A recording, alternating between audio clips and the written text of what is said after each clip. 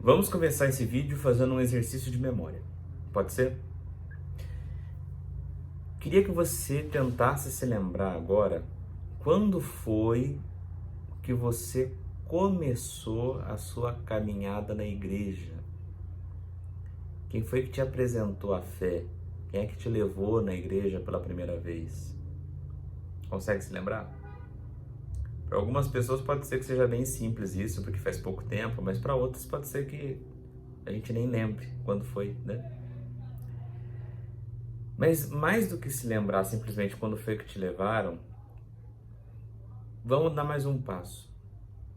Há quanto tempo que você se empenhou, tomou a decisão de ser igreja? Porque repare, tem uma diferença entre nos levarem pela primeira vez à igreja e a gente tomar a decisão, se convencer que quer ser igreja, que quer caminhar desse jeito, que quer participar das celebrações, que quer participar de uma vida pastoral, né? Quanto tempo que você está nessa luta? Porque bem, se você está assistindo um vídeo de comentário ao Evangelho do Domingo, então eu presumo que você deva ter algum interesse pela fé em Jesus Cristo, né? Mas a pergunta mais importante, e é nessa que eu queria chegar, bom, considerando que você tem aí um tempo de caminhada, aliás, se você quiser até dar uma pausa aí no vídeo para tentar lembrar quando foi que começou, né? E quantos anos, quantos meses você está nessa caminhada. Então, considerando que você já tem um tempinho, a pergunta fundamental é: por que você continua nessa vida? Por que você simplesmente não pensou assim, foi muito bonito, muito legal enquanto durou, mas agora para mim já deu, vou caçar um outro rumo na vida? O que te faz querer continuar estando no caminho de Jesus Cristo, na igreja, e está fazendo você ver esse vídeo agora, por exemplo? Pois é, eu sou o Padre Fernando Clemente, sou missionário do Sagrado Coração. Nós estamos começando mais um vídeo de comentário ao Evangelho do Domingo, iniciando com essas perguntas, que elas serão fundamentais para a gente entender o Evangelho que nós ouviremos. Estamos chegando à festa do martírio dos apóstolos São Pedro e São Paulo. Sim, aqui no Brasil a gente celebra essas festas no domingo. Muito naturalmente pode ser que você pense, lembrando das festas juninas, né? A gente lembra dos santos juninos, né? Santo Antônio, São João e São Pedro, santos que têm muitíssimos devotos aqui no Brasil e no mundo afora, mas sobretudo aqui, né? Santo Antônio, 13 de junho, né? São João Batista, nascimento dele, a gente celebra agora dia 24. Mas a gente não sabe que o dia de São Pedro é dia 29 de junho? Então que história é essa de a gente celebrar agora no domingo? No dia 29 a gente não celebrou? Então, gente, muitos países do mundo optam por transferir algumas festas que caem no meio da semana para o domingo mais próximo. É o nosso caso aqui no Brasil. Por considerarmos que São Pedro e São Paulo são santos que são fundamentais para a fé da igreja, então a celebração deles é transferida para o domingo. Então isso não é uma coisa só do Brasil, tem outros países que fazem isso. E em alguns países o pessoal até transfere outras festas que para nós aqui no Brasil caem no meio da semana. Quer ver um exemplo? Alguns países, inclusive no Equador, onde eu morei, a festa de Corpus Christi não é celebrada numa quinta-feira. Lá eles transferem para o domingo seguinte. E a festa do Sagrado Coração, lá também eles jogam para o domingo seguinte, eles não celebram na sexta-feira. Então essas coisas variam mesmo de país para país, é muito natural, não é uma especialidade, uma coisa só brasileira, né? Muitos países fazem isso, para não dizer todos, né? Pois bem, então por essa razão estamos celebrando São Pedro e São Paulo agora nesse domingo, dia 4 de julho, né? Essa festa, gente, eu sempre gosto de recordar e tentar entender por que a gente está celebrando, né, a festa, enfim, né? Ela é uma festa muito antiga, é uma das mais antigas da igreja.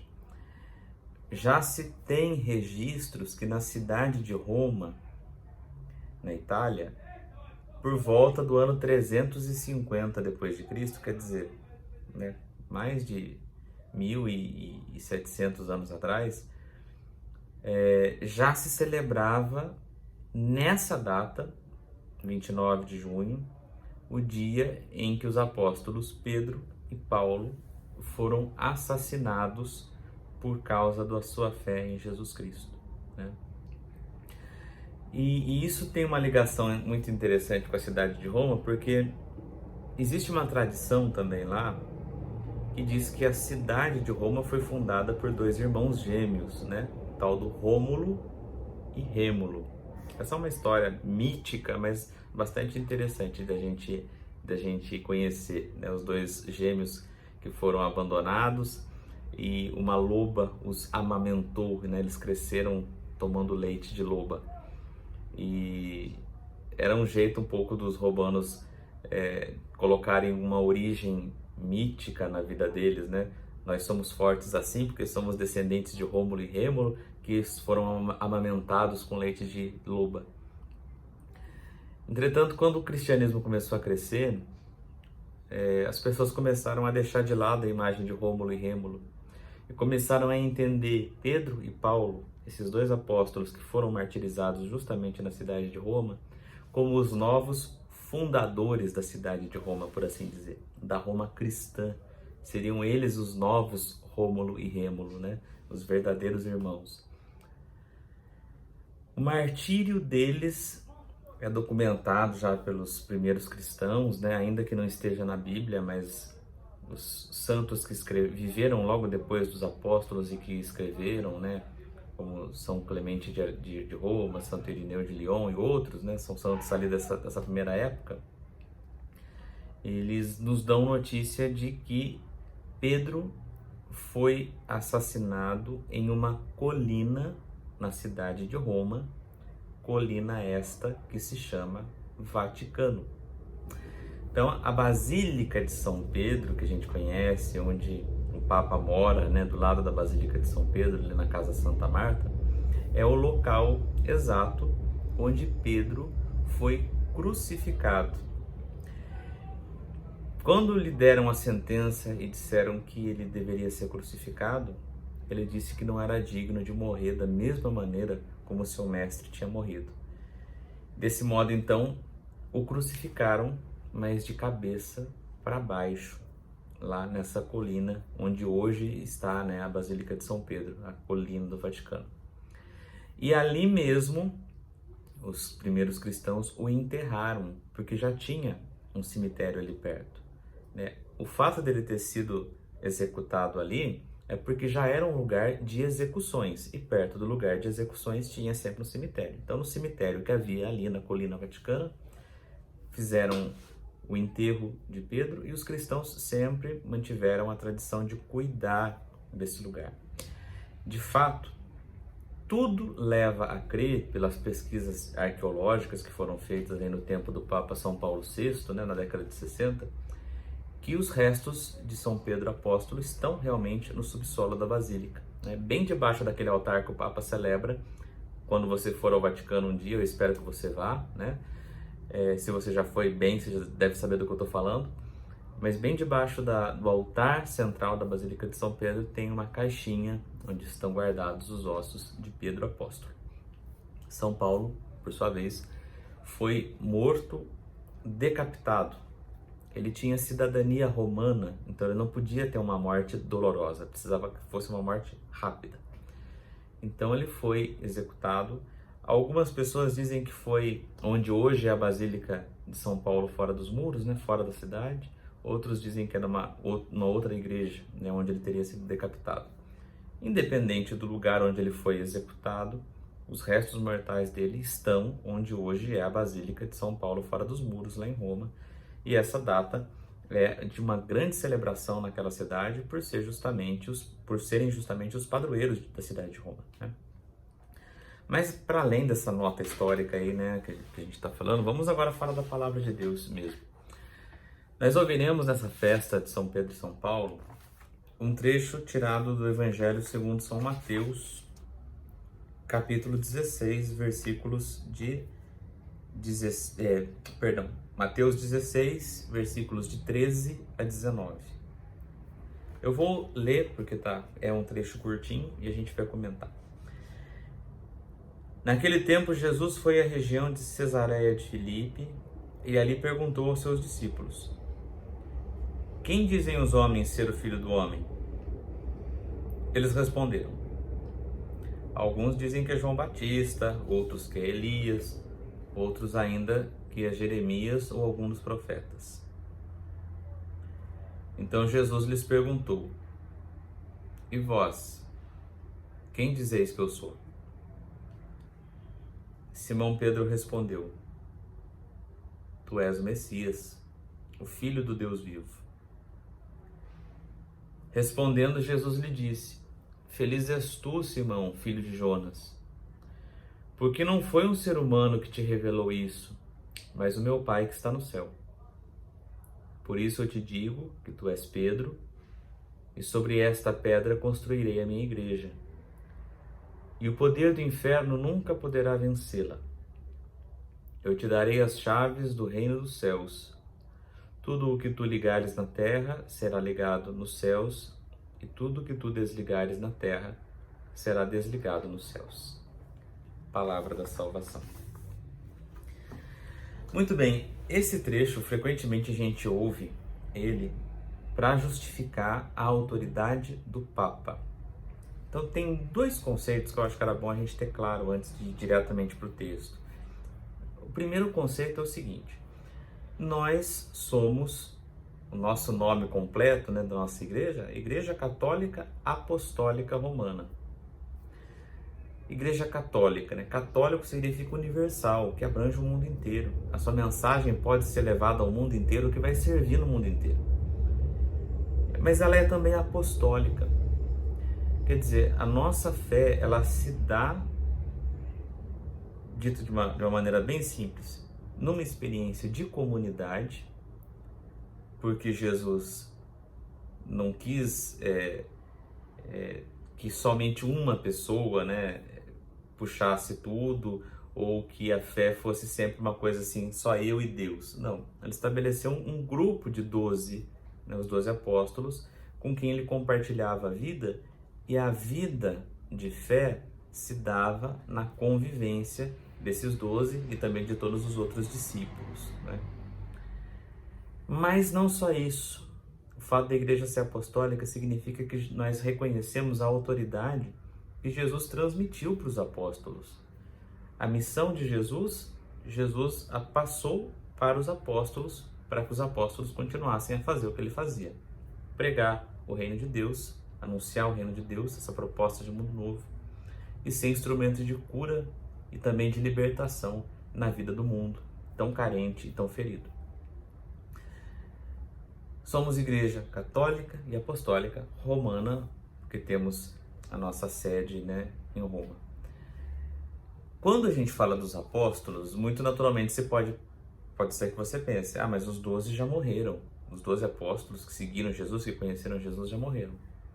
Mas nós cremos numa coisa chamada sucessão apostólica, que é o seguinte: os apóstolos, ao chegarem ao fim da vida, transmitiam, pela imposição das mãos, a sua própria autoridade que tinham recebido de Jesus para outro que poderia continuar com essa missão de cuidar das comunidades, cuidar dos cristãos. Esses que sucediam os apóstolos, aos poucos foram ganhando o nome de bispos. Os bispos, então, hoje, minha gente, são simplesmente, é uma grandeza, mas não são outra coisa a não ser sucessores dos apóstolos. Se a gente pegasse, por exemplo, o nosso bispo aqui de São Paulo, Dom Odilo, você, o bispo da sua diocese, perguntasse para ele: por quem que o senhor foi ordenado bispo? Ele vai falar: foi por Dom Fulano. Se a gente pudesse ir até esse Dom Fulano e perguntasse: quem que ordenou o senhor bispo? Foi Dom Beltrano. E fosse indo assim no tempo, quem ordenou o senhor? Quem ordenou? A gente ia chegar nos apóstolos. Os nossos bispos, então, são sucessores dos apóstolos. Mas dentre esses, no grupo dos 12, Jesus e os próprios 12 reconheciam que um deles tinha uma certa primazia. E esse um era Pedro. Esse texto que a gente ouviu frequentemente é usado para a gente dar esse embasamento para essa ideia. Dentre todos os apóstolos, o primeiro deles é Pedro. E isso aparece não só nesse texto, né, mas também em outros. Sempre quando é mencionada uma lista com o nome dos apóstolos dos evangelhos, Pedro é sempre falado primeiro, ele é o primeiro a ser mencionado. Quando, por exemplo, João, o discípulo que Jesus amava, e Pedro vão correndo ao túmulo quando Jesus ressuscita, o discípulo que Jesus amava não entra no túmulo, espera Pedro entrar primeiro. Então havia uma deferência, um respeito pela pessoa de Pedro. Mas tem um outro conceito, disse que eram dois, que é importante que a gente entenda também. Falando de sucessão dos apóstolos, falando de Pedro, é bom que a gente entenda também o que significa a palavra igreja. Porque na nossa cabeça, infelizmente, ainda está muito incrustada uma ideia de igreja ser simplesmente os padres e os bispos, né? Quando a gente vê nos jornais, por exemplo, a igreja católica não sei o que, opinou tal coisa. Mas a igreja católica, às vezes a maneira como os meios de comunicação usam esse termo, eles estão se referindo, na verdade, às autoridades da igreja católica, né? Ou ao clero da igreja católica. Mas a igreja católica somos todos nós, a igreja é o povo de Deus. E isso foi se incrustando na nossa cabeça, que igreja é padre e bispo só, por causa de uma certa mentalidade quase piramidal, né, que a gente foi criando na nossa cabeça. Não digo que foi Jesus quem nos ensinou assim, mas é nós que fomos criando essa estrutura. Que a igreja é como se fosse uma pirâmide. Cá em cima está o Papa, bem na ponta, né? Acima dele é só Jesus Cristo. Aqui embaixo os bispos, os padres, e aí lá embaixo o povo. Como se fosse uma patente militar, né? Você vai subindo de patente, vai subindo de vida. E não digo nada também se isso não foi, essa compreensão não foi não foi sendo alimentada pelo próprio clero, porque tem muito clero que se comporta como se tivesse subido na vida, né? Mas isso é uma outra história. A maneira como Jesus entende a igreja é comunidade de discípulos. Então, ao invés de ser uma pirâmide, a comparação mais ideal seria a de ser uma igreja circular. Todos temos a mesma dignidade, porque fomos batizados, e nenhum sacramento, por mais importante que ele possa ser, como o da ordenação, por exemplo, que é importante, claro, porque é um sacramento de serviço, mas ele jamais vai ser mais importante que o batismo. Tanto é verdade que você não pode ordenar padre ou bispo uma pessoa que não é batizada. Então, primeiro, o batismo é mais importante. O batismo nos dá essa dignidade toda. Então, como é que a gente entende que o padre tem uma função, tem outra, o bispo tem outra, e o Papa tem a voz final, né? Já que ele é sucessor do apóstolo Pedro? Somos discípulos de Jesus, temos a mesma dignidade, mas temos funções diferentes dentro desse corpo, né? Paulo apóstolo, na primeira carta aos Coríntios, capítulo 12, ele usa essa comparação. A igreja é um corpo, a cabeça do corpo é Cristo. Um corpo sem cabeça morre, né? Então nós estamos ligados à cabeça, que é Jesus Cristo, mas cada um com uma função. A mão não tem a mesma função que o nariz, a orelha não tem a mesma função que a língua. Cada um tem uma função diferente e todas elas contribuem para o bem do corpo. É assim que nós deveríamos ver a igreja. Pois bem, quando Jesus então se encontra com os discípulos e fala de erguer a igreja, ele está falando dessa comunidade.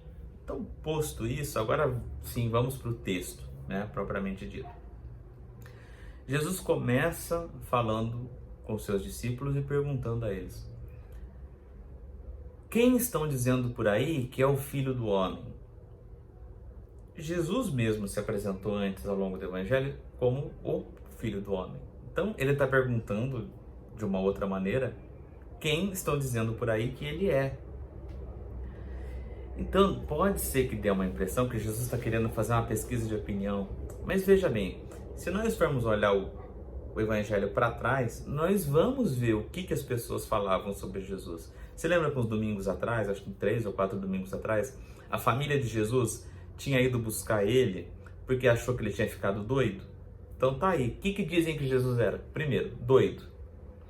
Nessa mesma passagem, né, que vão buscar Jesus, os fariseus falam, esse homem tem um demônio.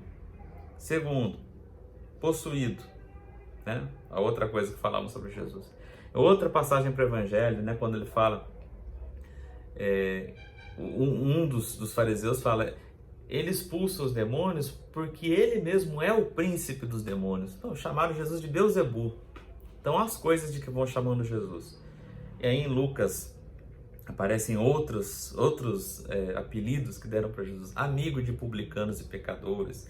O vosso mestre come com prostitutas. Nada que prestava, né? Tudo do povo, todos os apelidos suficientes, possíveis que deram a Jesus não eram bons. Entretanto, os discípulos ainda foram muito bonzinhos com Jesus. Falam assim, ai mestre, uns falam que é Elias, outros falam que é João Batista. Eles não mencionam essa cachorrada que faziam com Jesus, né? De falar que ele era tudo que não prestava. No meu entender, essa pergunta para Jesus, como eu disse, não é simplesmente uma pesquisa de opinião. Jesus está perguntando aquilo que eu disse no início desse vídeo. Olha, gente, o povo está me chamando de possuído, o pessoal está me chamando de doido, o pessoal fala que eu só ando com gente que não presta. Então pensem bem, vocês querem mesmo continuar? Porque se na boca de muita gente aí do povo eu só ando com quem não presta, vocês então vão cair nessa mesma... Vão virar a farinha do mesmo saco. Se andam com ele, então são da laia dele. Vocês têm certeza que vocês querem isso? Aí a gente vê que a pergunta que Jesus faz logo em seguida é consequente desse pensamento, né? É consequência desse pensamento. Mas vocês, quem dizem que eu sou? Vocês concordam com o que estão falando de mim? Que eu sou doido, que eu sou possuído, que eu sou isso, que eu sou aquilo? O que vocês pensam? Por que vocês continuam aqui? E aí Pedro, como sempre o primeiro, dá essa resposta linda. Nós continuamos aqui, nós estamos aqui, porque tu és o Cristo, o Filho do Deus vivo. Quer dizer, Pedro toma a palavra em nome do grupo e dizer, nós continuamos porque nós reconhecemos que você é aquele que foi ungido por Deus para nos mostrar o caminho certo a ser seguido. Nós cremos que você é realmente o Filho do Deus vivo. Nós cremos que você é Deus. E nós cremos que a sua palavra pode nos ensinar a viver. Bom, Jesus, diante da afirmação de Pedro, que bem que poderia ser também a nossa, né? Quando eu perguntei no início, por que a gente continua na igreja? Será que nós, às vezes, também não recebemos os mesmos apelidos que Jesus recebia? Se estivermos recebendo, louvado seja Deus, significa que estamos no caminho certo. Ah, esses aí são acabados de gente doida, vai fazer o quê na igreja? Ai, de novo. Ah, você está vendo esse vídeo aí por quê, né? Nossa, que saco isso, que chatice. Se nós... O pior, né?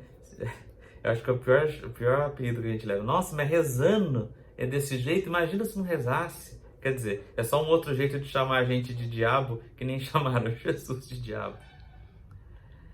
Se nós recebemos esses apelidos, a gente precisa pensar, tá valendo a pena?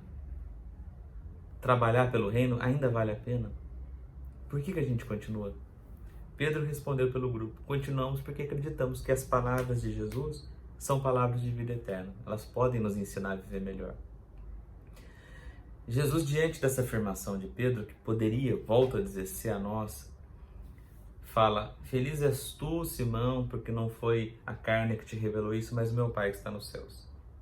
E ele diz, eu te digo, portanto, que você é pedra, e sobre esta pedra edificarei a minha igreja. Essa frase, gente, precisa de uma compreensão muito clara.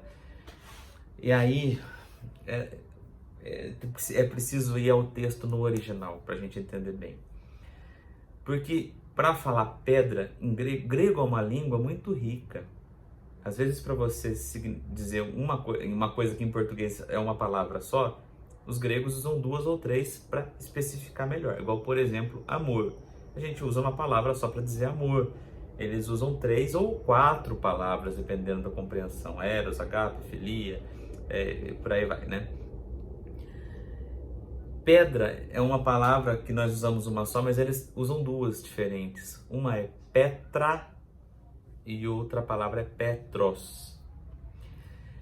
As duas são pedra, mas são pedras diferentes. Petros é a pedra menor, é a pedra que você usa para construir a casa. Petra é o rochedo, enorme, aquela pedrona. Jesus fala para Pedro assim: Pedro, você é feliz porque e eu digo a você que você é Petros, você é pedra pequena. E sobre esta pedra grande, eu edificarei a minha igreja. O que significa que Jesus fala que sobre essa pedra grande eu vou edificar? A pedra grande não é Pedro, porque Pedro é a pedra pequena, é Petros. Ele é pedra de construção. Então, o que é a pedra grande sobre a qual Jesus vai edificar a igreja dele? É o que Pedro disse que é o rochedo. É isso que é a base da nossa igreja, é isso que é a base da nossa fé. Assumir que Jesus Cristo é Deus encarnado, assumir que as palavras dele nos ensinam a viver. É em cima disso que se faz a nossa fé. Então, igreja, volto a dizer, por isso que eu falei aquilo no início, né? Vai ser quase metade do tempo falando disso. Igreja não é bispo, padre só, também é igreja isso. Mas a igreja é toda essa comunidade de pessoas, homens e mulheres de todos os tempos que creem em Jesus Cristo, que creem que Ele é o Filho de Deus, que creem que a sua palavra ensina algo sobre viver melhor. Então, na medida em que a gente assume isso, né, continuo porque a palavra que Jesus Cristo nos dirige me faz ver a vida de um outro jeito e muito melhor, me faz viver melhor. Então, eu estou construindo a casa sobre a rocha. Pedro, como pedra menor, ele é parte dessa construção que é a casa de Deus, que é a igreja, que somos todos nós. Aliás, o próprio Pedro, nos Atos dos Apóstolos, fala isso. Ele fala: vós todos sois pedras vivas. Ele também se sentia pedra viva, alicerçadas sobre o Cristo, pedra angular, ele que diz, no qual toda a construção se ajusta. A rocha firme é a nossa fé em Jesus Cristo. É isso que dá chão, é isso que faz a gente continuar. Pedro é uma pedra importante. Mas a igreja não é de Pedro, é a igreja de Jesus Cristo. Ele mesmo fala: eu construirei a minha igreja. A igreja continua sendo dele. Então isso nos deve fazer entender o seguinte: o Papa, o sucessor de Pedro, é uma pessoa importantíssima para a nossa fé. Porque, veja bem, se toda organização humana precisa de ter um coordenador para que funcione, numa paróquia é o pároco, numa diocese é o bispo, é consequência natural que a igreja toda precise ter uma última palavra para que se definam as coisas. Essa pessoa é o Papa, né? Mas o fato dele ser Papa não significa que ele se torne um semideus.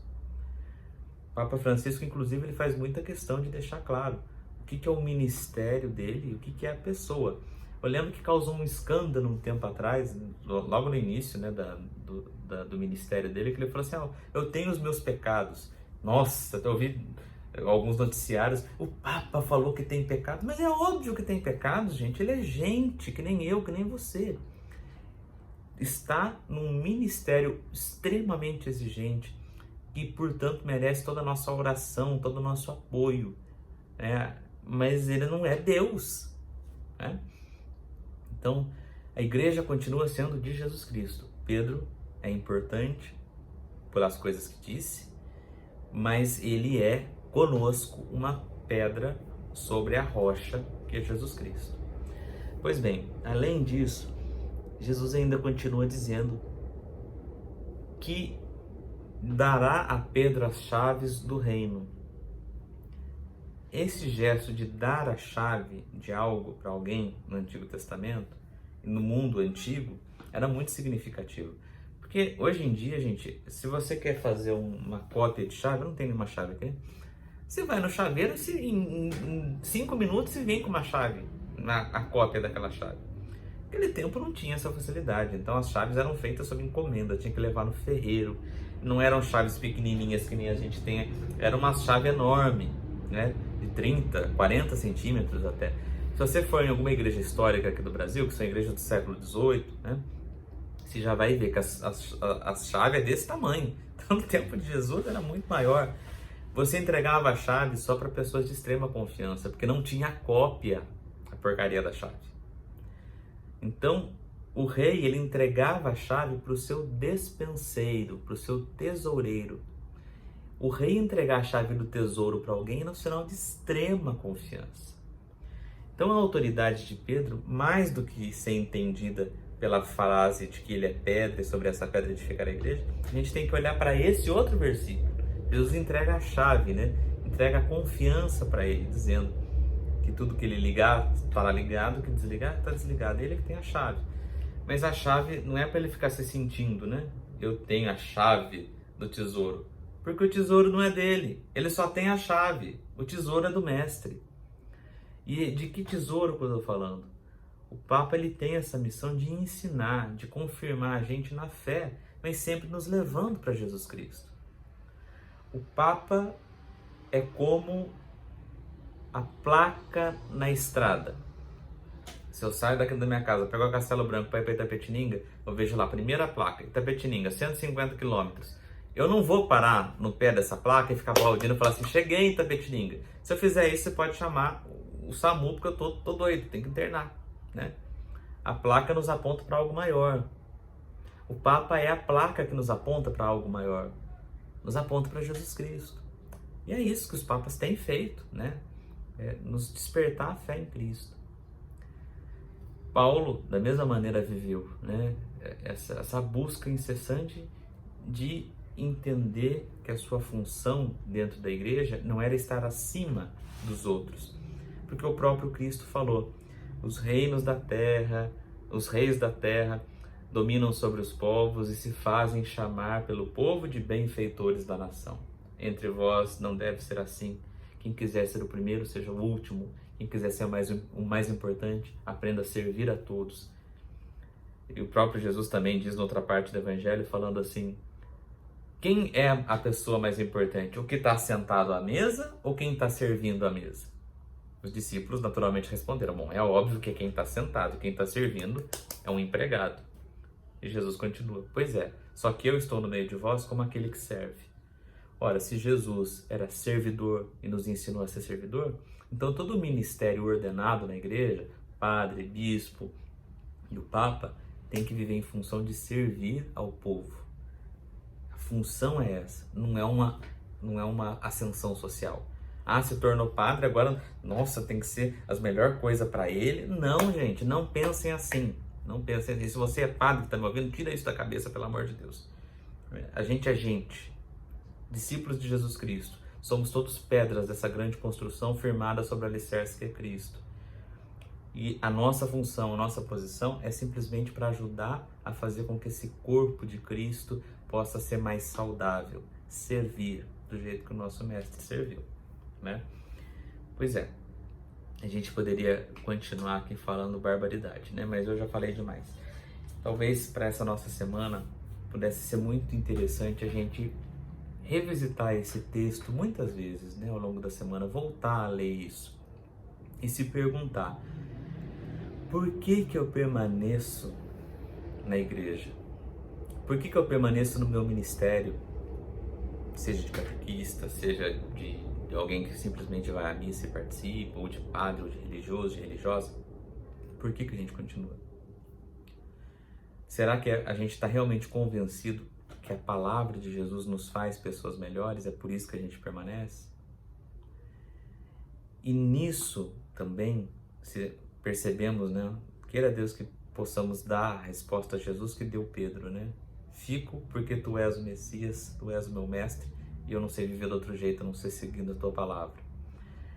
Mas que nós também rezemos por aqueles que em outra função, nem acima nem abaixo, né? Mas na mesma dignidade de batizados, para aquele que tem a função de coordenar as comunidades, padre, o bispo e o papa, que nós possamos rezar por essas pessoas também, porque o trabalho de coordenar uma comunidade não é fácil, é muito exigente. Então reze por nós, padres, reze pelo papa, não deixe de manter a proximidade com os sucessores dos apóstolos, nossa igreja apostólica, nossa igreja comunitária. A gente vive em comunidade para aprender a ser pessoa melhor. A gente consegue ser melhor para nós mesmos, a gente consegue ter mais saúde psíquica, física, emocional, na medida que a gente consegue aprender a conviver com os outros. E é isso que é ser igreja, conviver.